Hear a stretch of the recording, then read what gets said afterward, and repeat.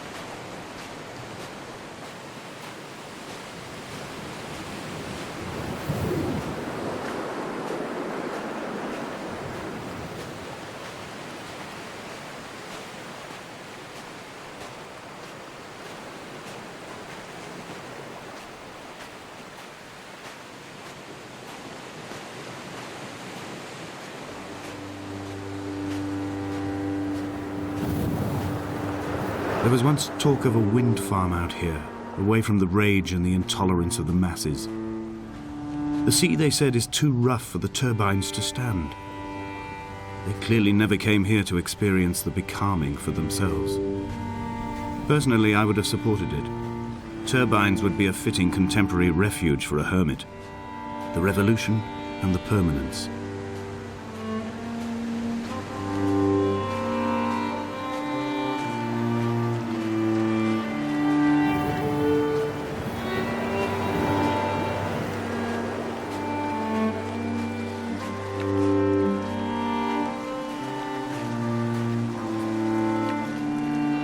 I have found the ship's manifest, crumpled and waterlogged under a stash of paint cans. It tells me that along with this present cargo, there was a large quantity of antacid yogurt bound for the European market. It must have washed out to sea. God knows there are no longer gulls or goats here to eat it.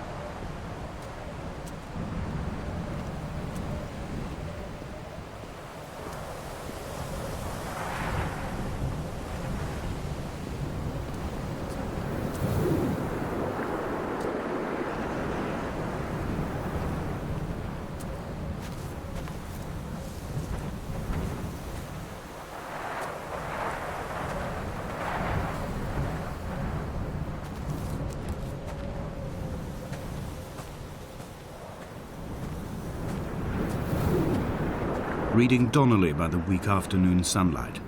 He landed on the south side of the island, followed the path to the bay and climbed the mount. He did not find the caves, and he did not chart the north side. I think this is why his understanding of the island is flawed, incomplete. He stood on the mount and only wondered momentarily how to descend. But then, he didn't have my reasons.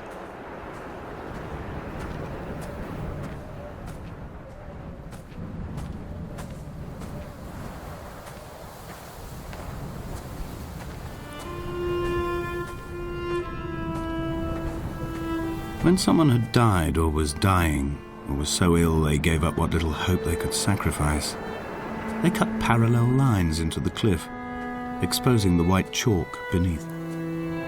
You could see them from the mainland or the fishing boats, and know to send aid or impose a cordon of protection, and wait a generation until whatever pestilence stalked the cliff paths died along with its hosts. My lines are just for this: to keep any would-be rescuers at bay. The infection is not simply of the flesh.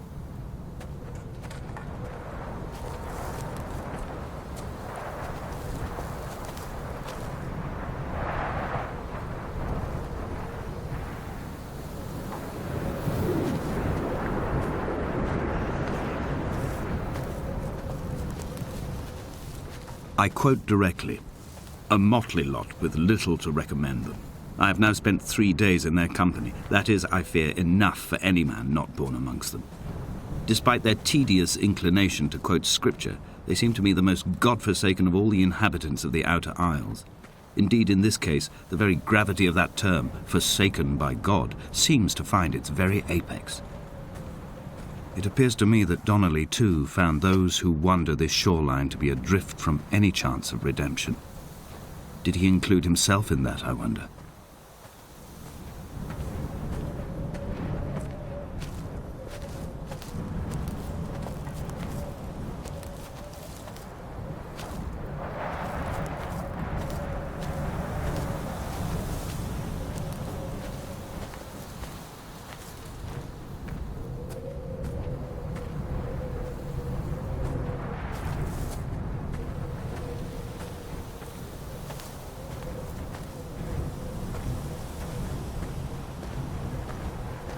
Dear Esther, I met Paul.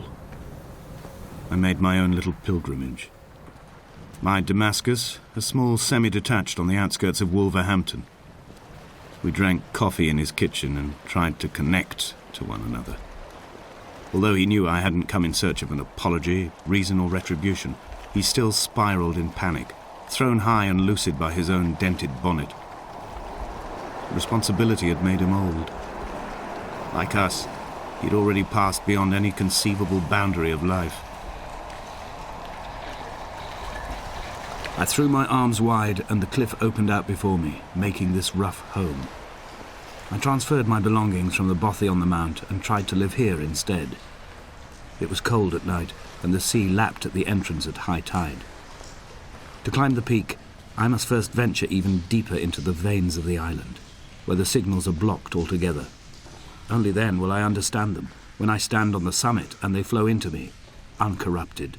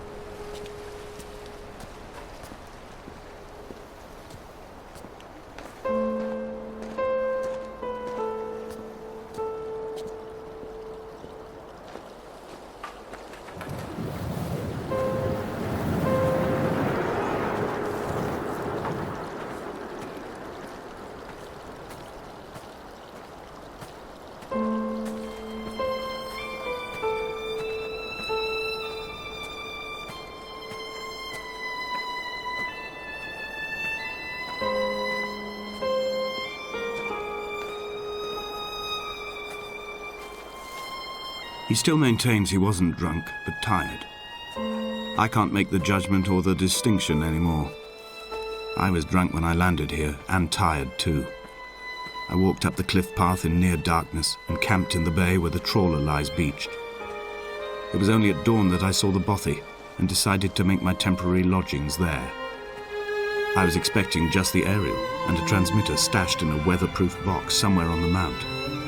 It had an air of uneasy permanence to it. Like all the other buildings here, erosion seems to have evaded it completely.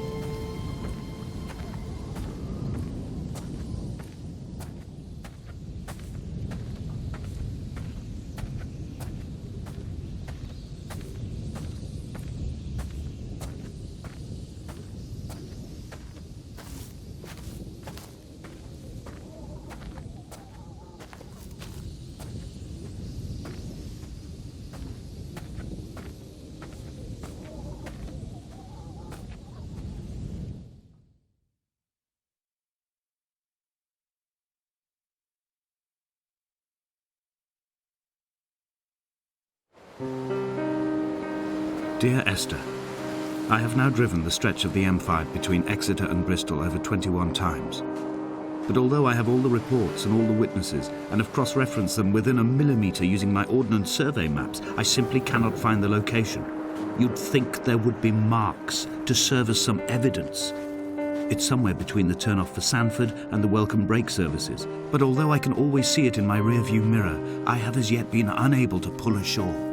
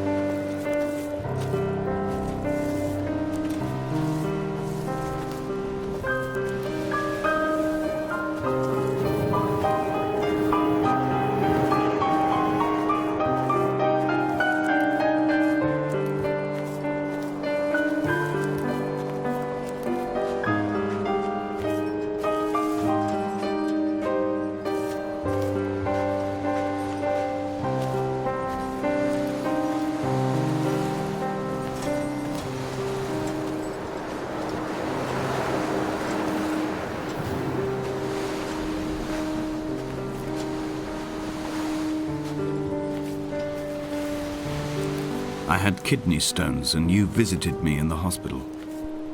After the operation, when I was still half submerged in anesthetic, your outline and your speech both blurred. Now my stones have grown into an island and made their escape, and you have been rendered opaque by the car of a drunk.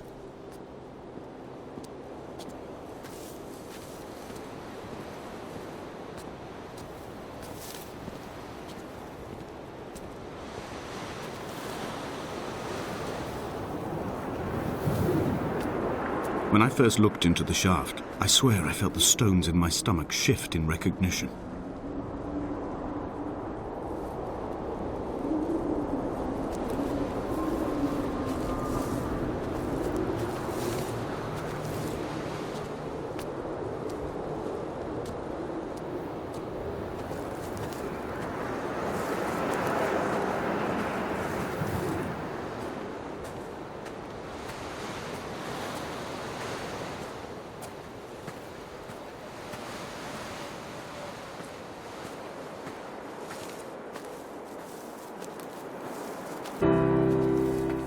I've begun my ascent on the windless slope of the western side. The setting sun was an inflamed eye squeezing shut against the light shone in by the doctors. My neck is aching through constantly craning my head up to track the light of the aerial.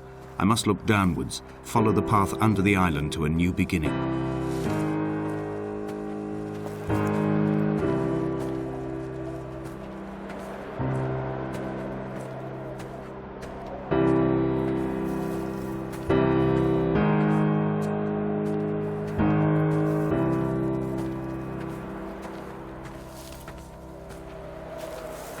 The bothy was constructed originally in the early 1700s. By then, shepherding had formalized into a career. The first habitual shepherd was a man called Jakobsen, from a lineage of migratory Scandinavians. He was not considered a man of breeding by the mainlanders. He came here every summer whilst building the bothy, hoping eventually that becoming a man of property would secure him a wife and a lineage. Donnelly records that it did not work. He caught some disease from his malcontented goats and died 2 years after completing it. There was no one to carve white lines into the cliff for him.